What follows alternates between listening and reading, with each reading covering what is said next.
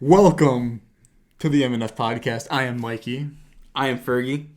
And today we are going to do a cigar review for the Montecristo Espada Nicaraguan. Yeah, that one.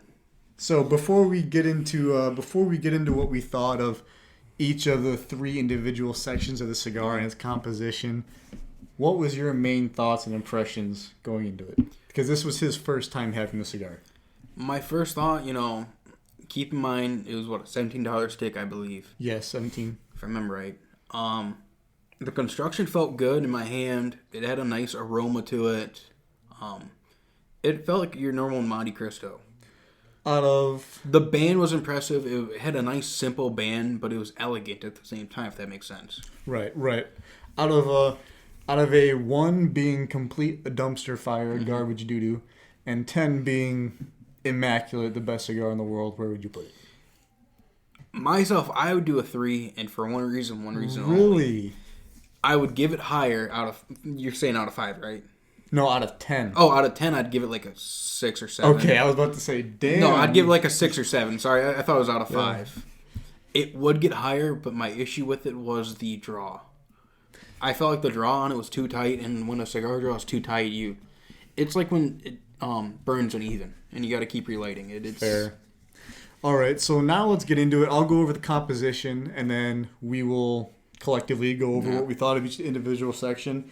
So this one is fairly straightforward. It's a Nicaraguan wrapper, filler, and binder.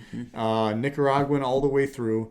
There's actually, if I remember right from reading it, Plasencia helped with the blend. Really? Yep. Okay.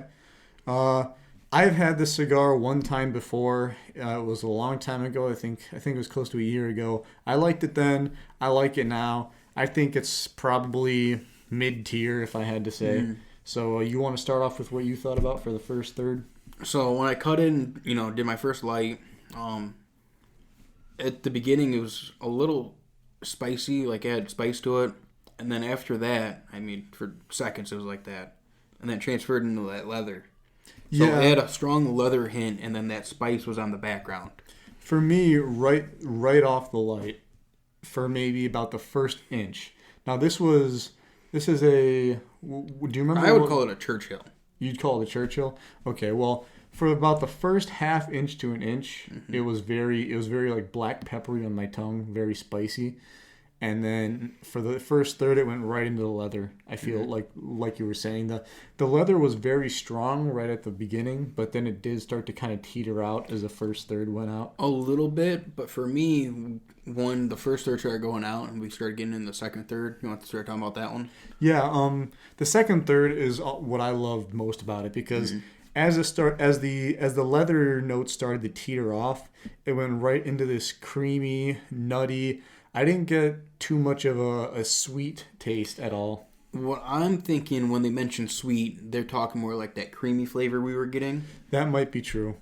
Because after the first third, that leather was still there for me, but it kind of transitioned into like a leather cedar-ish kind of mix. Yeah. With that creamy, nutty aftertaste. I can feel that, especially when I let it sit for a minute or two and really gave it a few minutes to sit down.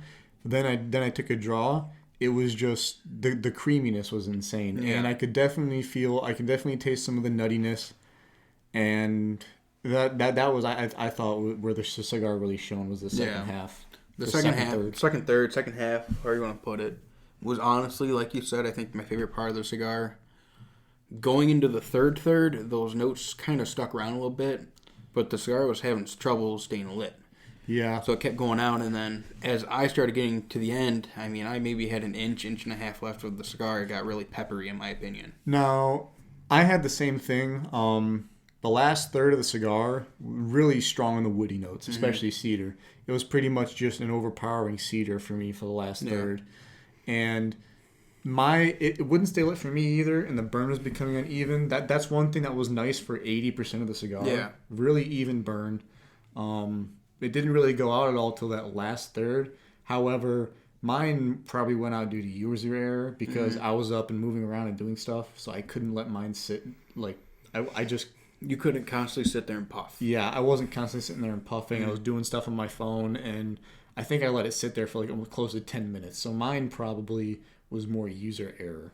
So, but I believe you. It was hard to keep lit. Yeah, towards the end. I was sitting there and I was actually puffing, and I mean, I had it have an excellent smoke output, and then it just diminished to like little to none. Yeah. And because when I did fix it and I started smoking it consistently again, I even had a hard time keeping it lit then. Yeah, and then the draw during the entire cigar was... His was better than mine, but mine was tight. Yeah, and we had good cuts on them. They were fairly deep V cuts. We were using the Colibri V cutter, the one I've actually used on this podcast before, and you guys have seen how deep it gets, and yeah, it was a little depressing. Yeah. Overall, I think I kind of agree with your rating on the cigar. From 1 to 10, I'd probably give it a 5 or 6. It's by no means an awful cigar. Yeah, would I get it again? Yeah. Would I... How would I put it? Would I go out of my way to get it again? Probably not. No, probably not something you're going to buy a box of. No. Maybe 1 or 2 at a time here or there.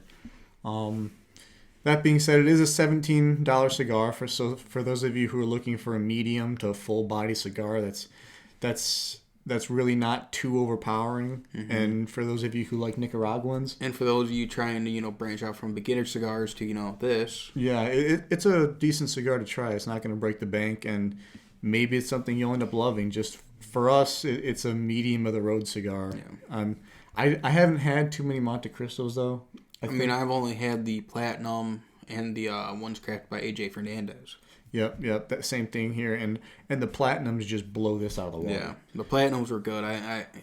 Yeah. Then we'll have to review on those. Yeah. Then again, I don't know if this is exactly right, but I believe the Platinums are like their flagship. Okay. It's like Rocky Patel's Edge. Okay. I want to say so.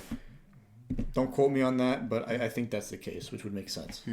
So unless there's anything else you want to add. Is there anything you want to add? No, not really. Make sure to like, subscribe, follow the Instagram, hit that notification bell. Follow the Discord as well and our Twitch. Links in our YouTube bio. So go check all that out. We have a cigar sub-community on the Discord, so you guys can hop in, chat up, and talk to others of like-minded people. Yeah, we got a few guys on there that have been sharing stuff a couple times a week, talking about their cigar collections, what they like, what they don't like. So it's kind of cool to get everyone's stuff, and as well as their opinions, suggestions for what we should try. 100%.